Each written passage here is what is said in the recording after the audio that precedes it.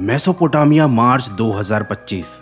वक्त था रात के 11 बजे। एक एंटीक टॉय स्टोर में उस रात सिर्फ एक शॉपकीपर था। सब कुछ नॉर्मल था, हर दिन की तरह सब कुछ यूजुअल था। लेकिन तभी अचानक से हवाएं थोड़ी तेज हो गईं। कॉर्नर के शेल्फ पर रखी थी एक पुरानी लबूबू डॉल, छोटी सी फर वाली और क्रीपी मुस्कान वाली एक गुड़िया। तभी एक धीमी सी सरसराहट हुई। उस शॉपकीपर ने पलट कर देखा, लेकिन कुछ भी नहीं था वहाँ पर। तभी उसे पीछे से अपने कानों में एक विस्पर सुनाई दी, किसी अजीब भाषा में जो न इंसानी थी और न ही समझने के लायक। वो घबरा गया, उसका दिल जोर जोर से धड़कने लगा। पूरी सड़क पर सन्नाटा छाया हुआ था। उसके स्टोर में भी कोई नहीं था, चारों तरफ सिर्फ सन्नाटा था। उसे ऐसा लगने लगा जैसे कि कोई उसे देख रहा हो। तभी उसकी नजर पड़ी लबूबू डॉल पर, एक गुड़िया जिसकी डरावनी आंखें ठहरी हुई थी, लेकिन ऐसा फील हो रहा था जैसे कि वो ब्लिंक करने वाली है।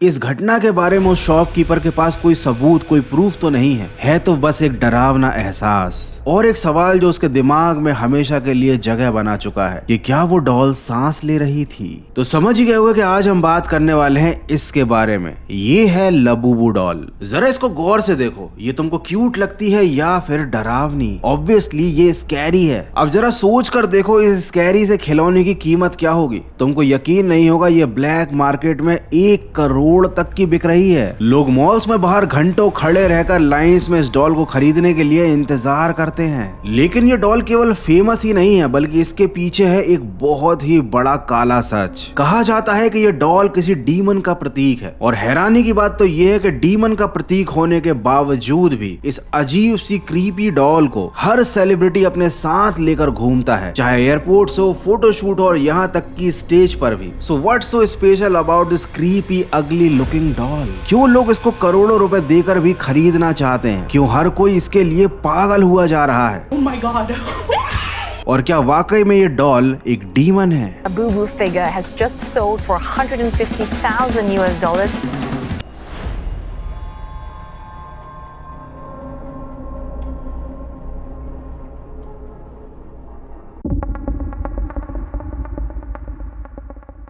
बहुत से लोगों ने क्लेम किया है कि ये डॉल डीमनिक है, और इसको घर में रखने का मतलब है कि आप अपने घर में शैतान को इनवाइट कर रहे हो। बहुत सारे लोगों ने इस डॉल को सोशल मीडिया पर एनाबेल डॉल से भी कंपेयर किया है। कई लोगों का दावा है कि ये लबूबू डॉल मेसोपोटामियम डीमन पजूजू से काफी ज्यादा मेल खाती है, और इंटरनेट पर वायरल होती कॉन्स्पिरेसीज लगातार इस बात पर जोर दे रही हैं कि ये छोटी सी डॉल एक एंशिएंट ईविल को रिप्रेजेंट करती है मॉडर्न जमाने में। और इस वीडियो की स्टार्टिंग में भी मैंने तुम्हें जो कहानी सुनाई थी ना, वो भी इसी कॉन्स्पिरेसी का एक हिस्सा है। बस एक कहानी जो सोशल मीडिया पर वायरल हो रही है, जिसका कोई सबूत नहीं है। लेकिन आज के इस वीडियो में है एक बहुत बड़ा ट्विस्ट। ये लबूबू डॉल सच में ईविल है, लेकिन वो वैसा ईविल नहीं है जैसा आप सोच रहे हैं। ये कोई एंशिएंट डीमन का अवतार नहीं है, बल्कि एक प्योर मार्केटिंग डीमन है। एक ऐसा ईविल जो आपके अटेंशन, पैसे और क्यूरियोसिटी को खा जाता है, और आपको पता भी नहीं चलता। इस डॉल के पीछे कोई एंशिएंट कर्स नहीं है, बल्कि एक मॉडर्न मार्केटिंग मास्टर प्लान है। लिमिटेड ड्रॉप, साइकोलॉजिकल ट्रिगर और सेलिब्रिटी प्लेसमेंट, ये सब एक केयरफुली क्राफ्टेड स्ट्रेटजी थी जिसमें लोग बुरी तरह फंसते गए। तो अगर अब तुम इस वीडियो को छोड़कर जाने के बारे में सोच रहे हो, तो ऐसा बिल्कुल मत करना। तो ये गलती बिल्कुल मत करना, क्योंकि आगे मैं कुछ ऐसे खुलासे करने वाला हूं जिसे सुनकर तुम्हारा दिमाग घूम जाएगा।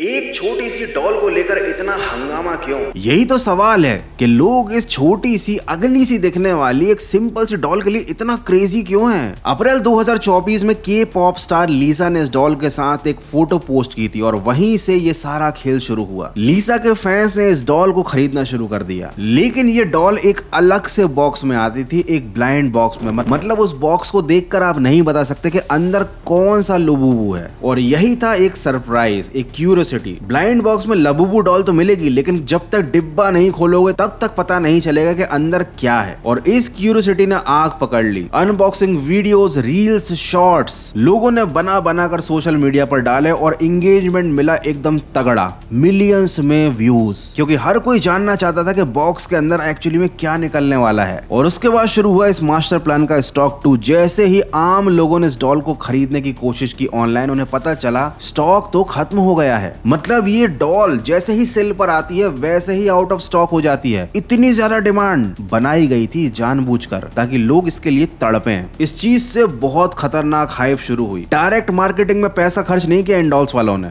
लेकिन जहां देखो वहां सेलिब्रिटी इस डॉल को अपने साथ लेकर घूम रहे थे। उनके फैंस तो पागल हुए जा रहे थे। हर कोई जानना चाहता था कि इस डॉल में ऐसा क्या खास है। और उसके बाद शुरू हुआ ब्लैक मार्केट गेम। ये गुड़िया लाखों में बिकने लगी। लेकिन हर कामयाब मास्टर प्लान के पीछे होता है एक दिमाग, और यहाँ पर दिमाग था डीमन का। जी नहीं, डीमन का नहीं, चाइना का। अगर आपको नहीं पता तो बता दूं कि ऑफिशियली इस टॉय को मतलब लबूबू डॉल को पॉप मार्ट नाम की एक कंपनी बनाती है, एक टॉय स्टोर बनाता है, and it's a Chinese company. और सब जगह लबूबू का क्रेज स्ट्रेटेजिकली फैला देने के बाद ये मास्टरमाइंड देश अपने ही देश में रूल्स फॉलो कर रहा है। नहीं समझे ना, मैं बताता हूँ। चाइना में बच्चों का लबूबू खरीदना इलीगल है। वहां के कानून के हिसाब से ब्लाइंड बॉक्स में जो भी चीज मिलती है उसे बच्चे नहीं खरीद सकते। अगर कोई 16 साल के आसपास का बच्चा इसको खरीदना चाहता है तो उसके लिए उसे अपने पेरेंट्स को साथ लाना पड़ेगा। मतलब देख रहे हो, क्यूरियोसिटी, हाइप और मैडनेस फैलाने के बाद वो देश अपने यहाँ फुल रिस्ट्रिक्शंस पर काम कर रहा है, क्योंकि उसको मालूम है कि ये कोई डॉल नहीं है बल्कि ये एक बीमारी है जिसे वो अपने देश में नहीं फैलने देना चाहता, बिल्कुल टिकटॉक की तरह। तो क्या इसका मतलब यह है कि इस डॉल का डीमन से कोई रिलेशनशिप नहीं है? और फिर ये ऐसी इविल जैसी दिखती क्यों है? So Labubu is a demon, but demon of curiosity, not darkness.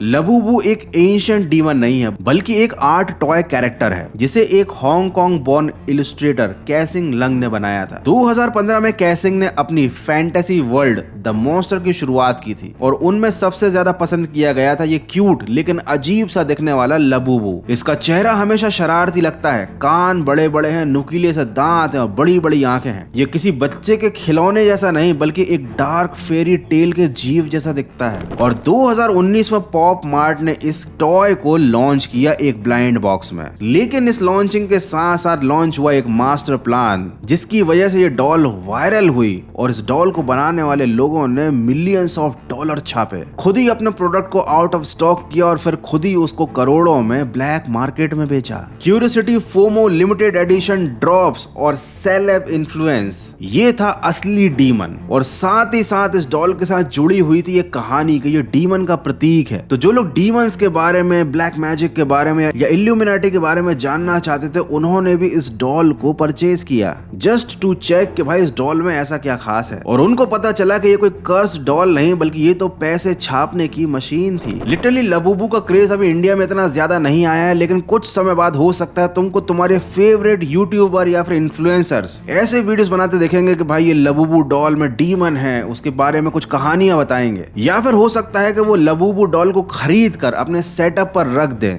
Just to promote it indirectly. लेकिन अब इन सब चीजों का कोई फायदा नहीं होने वाला क्योंकि तुमको इस डॉल की हकीकत पता चल चुकी है। तुमको पता चल चुका है कि कैसे क्यूरियोसिटी को करेंसी में लोग कन्वर्ट करते हैं।